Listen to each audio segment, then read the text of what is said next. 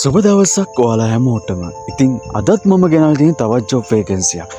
ඔයාලට පුළුවන් මගේ YouTube channel එක subscribe කරලා අලුතෙන් එන ජොබ් වේකන්සිස් පිළිබඳව දැනුවත් වෙන්න. ඉතින් පෞද්ගලික අංශයෙන් මෙන්ම රජයේ රැකියාව පිළිබඳව මම වීඩියෝස් දාලා තියෙනවා. ඔයාලට පුළුවන් ගිහිල්ලා කැමති වීඩියෝ එකක් බලලා කැමති ජොබ් එකක් තෝරා ගන්න.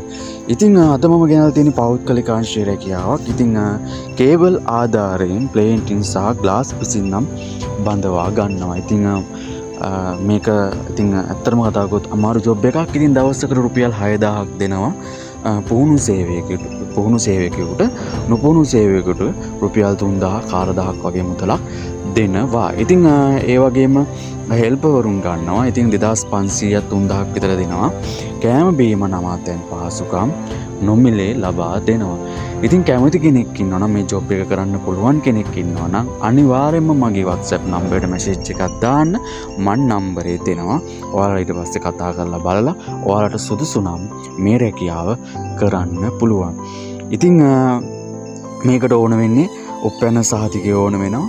ඒ වගේම ඩන්ටි වගේ ජාතික ඇඳුරුම් පත්තේ ෆොටෝ කොපියක් ඕන වෙනවා. එතකොට ඒ වගේ සුදුස්කම් තමයි මේකට බලන්න. ඉතින් කැමති කෙනෙක් ඉන්නවා නම් මේ සඳහා ඇප්ලයි කරන්න පුළුවන්. ඉතින් මාසෙකට පුහුණු සේවකයෙකුට රුපියල් 1,50,000ක් වගේ වැටුපකට යන්න පුළුවන්. නොපුහුණු සේවකකට රුපියල් ලක්ෂයක් දක්වා යන්න පුළුවන්.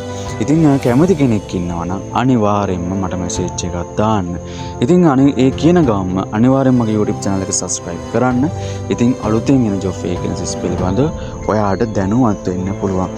එහෙනම් හැමෝටම සුබ දවසක්. මම ගිහින් එන්නම්.